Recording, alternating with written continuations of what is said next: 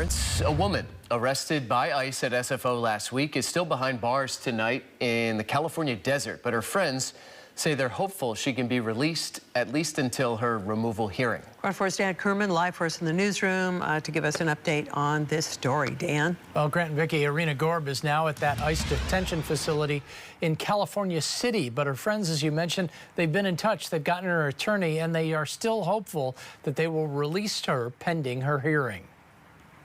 You're choking me! It's been 5 days since Irina Gorb was forcefully detained and arrested by plainclothes ICE officers at SFO for overstaying her visa.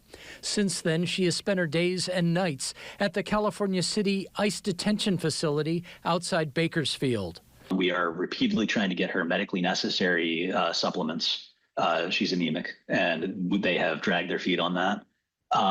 So it's a prison. I mean, these people are being put into a prison in the middle of a desert, right?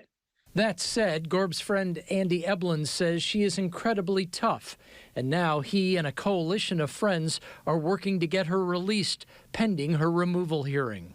There are still legal processes for this, and as far as we're aware, they haven't been followed, right? And so we're focused right now on getting her home, getting her safe.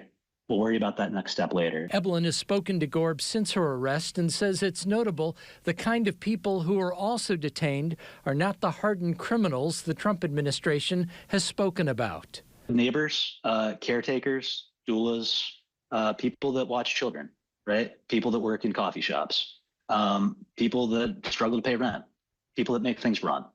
And so, you know, they talk about the worst of the worst.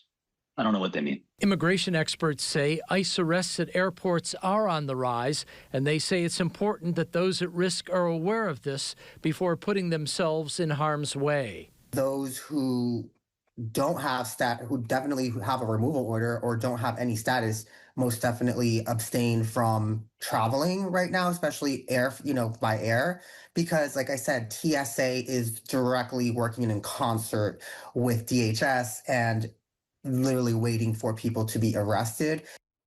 Immigration experts say it's also important for those at risk to know their rights, which include the right to remain silent, not to sign anything without an attorney present, and not to let anyone inside the house who doesn't have a warrant.